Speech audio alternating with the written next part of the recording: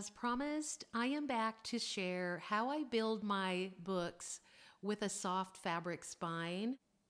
And I will be sharing a few journals that I've been working on in this style.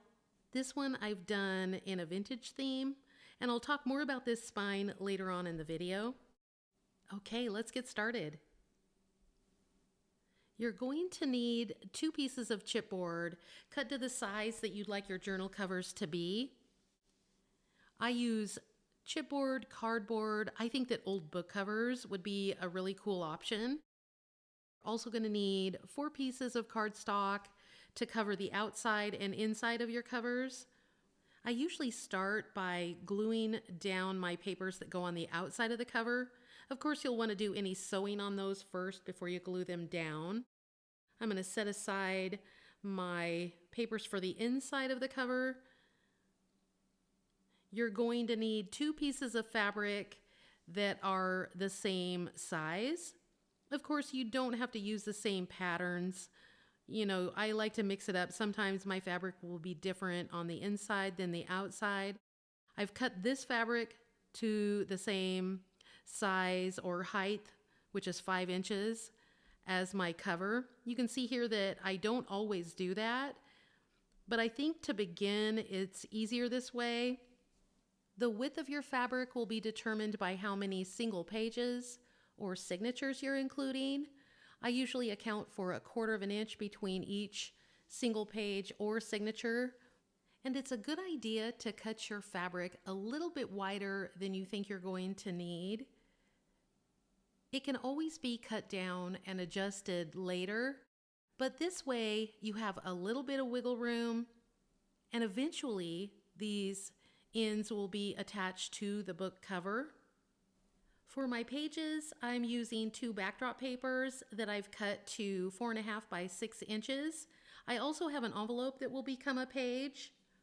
Now, if you'd like, you can create signatures instead of using a single page. I've done this many times and it works great, and it's nice to have the option. So now you'll decide which fabric you would like to sew your pages to. The other fabric will be what shows on the spine of your book. Now we can start sewing our pages in. I'm folding my fabric in half and creasing. This will give me a line to follow when I'm sewing. My envelope is my center page. I'm marking the fold with a pencil. This helps me see the fold a little better and helps me to keep everything lined up when I'm sewing. Another way to keep everything lined up is to clip your fabric and pages together. I don't usually do that, but everybody has their own way, so do what works best for you. Now off to my machine. I did want to mention that if you don't have a sewing machine, you can still do this technique with any kind of hand-stitched binding that you prefer. I think the pamphlet stitch is a great one to use, but there's other alternatives. Just use whatever works best for you. So the envelope is now sewn to the fabric. I'm going to glue the envelope closed. This will keep it out of my way as I'm working on the next pages. For the next page, I'm making sure that I have my page lined up with the top and the bottom of the fabric, and also making sure I have about 1/4 inch between my pages. This doesn't have to be exact. In fact, it never is with me. Most of the time I don't even measure, but you do what works best for you. So now we can sew in the last page. And as you go along and you're building up your pages, it becomes easier to use the previous pages to make sure you have everything lined up. I'm also making sure I have my page lined up top and bottom with the fabric, and then I can go ahead and sew this one in. Next step is our book covers. I start with the paper that will be on the inside cover. You want to make sure to get enough glue or glue right to the edge of the paper And I'm also going to add a little bit of glue to the fabric. I'll stick that paper down, making sure to leave about 1/4 of an inch. I'm making sure that I've got it nice and straight and make sure that that is stuck down. That looks great. And so now for the back page. So both of the inside covers are attached to the fabric. The next step will be to add the fabric spine. I'm adding my collage medium to the fabric because I want to fuse the two fabrics together. I'm making sure to add some glue to my stitching. When you're putting the fabrics together, it's a good idea to take some time to make sure everything is lined up and looking good. I like to stretch the book covers out, and this really helps to make sure there's no lumps or bumps in the fabric. Now we can add the book covers. I have some glue on the inside of the chipboard. I'm putting those together, making sure everything's matched up. And then I'll smooth everything with a bone folder, and this also makes sure that I have everything bonded well. So I've gone ahead and attached the back cover following the same steps as I shared for the front cover. Now that we have a completed book, there's a few things I wanted to talk about. If you find that you have a wonky page like I do here, and your space between signatures starts as 1/4 of an inch, and then when I get to the bottom, it's not 1/4 of an inch. That's not a big deal. With the flexible spine, it's very forgiving, and you're never going to notice it. If you're way off, then sure, tear your seam out and start over. Either way, not a big deal. I also wanted to talk about the pages.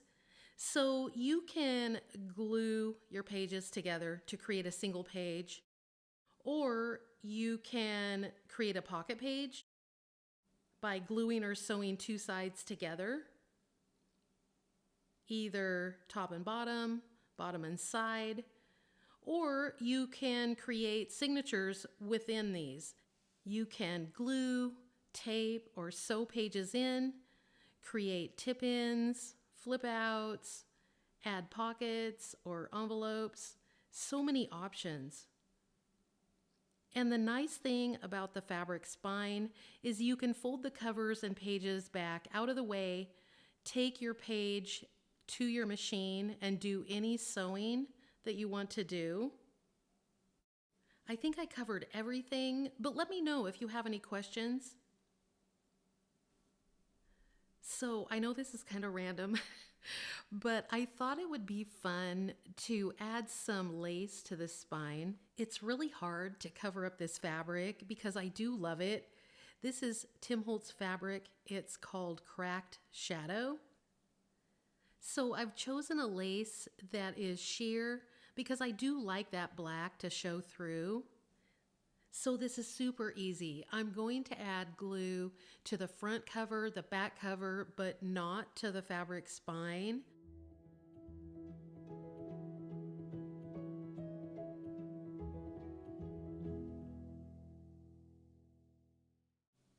So this was a super easy way to add some interest to the spine, and I hope that this will spark some ideas as you're building your own books.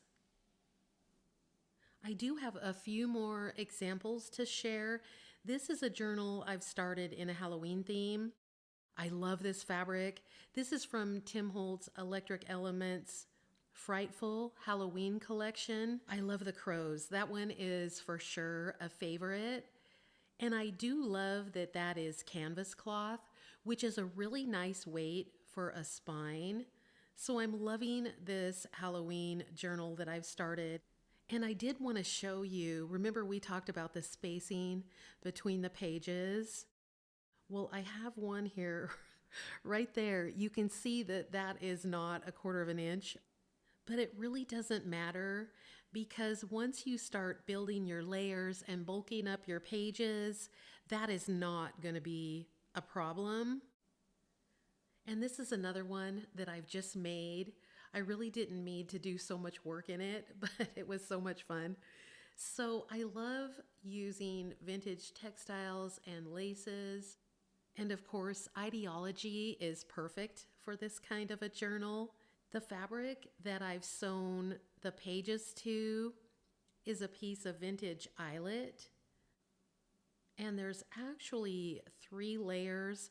I have a piece that was cut from an old tablecloth. That is what I'm showing right there. This strip of lace is sewn to the bottom portion of that tablecloth piece. The eyelet that I have over the top is actually just a wonky piece that I found in my stash. And I really love the way it looked, just all wonky and crazy like that. I'll be sharing a flip through of this one later on, but for now I wanted to give you guys some ideas and inspiration. I hope it's been helpful. Thanks for watching, you guys. Catch you next time.